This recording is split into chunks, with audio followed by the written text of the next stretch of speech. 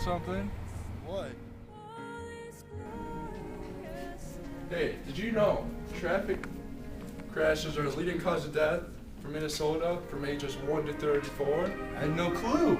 And annually, nearly 80% of unbelted traffic deaths occur on greater Minnesota roads. What is this? And also, did you know many unbelted traffic deaths occur at night? More than 60% of nighttime crash victims are not buckled.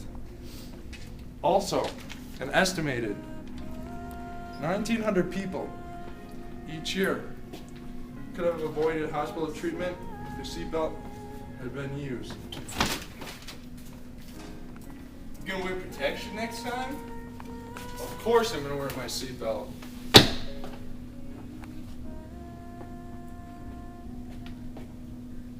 Wait up. Let's go. Okay. Oh, my seatbelt. I don't want to become another statistic.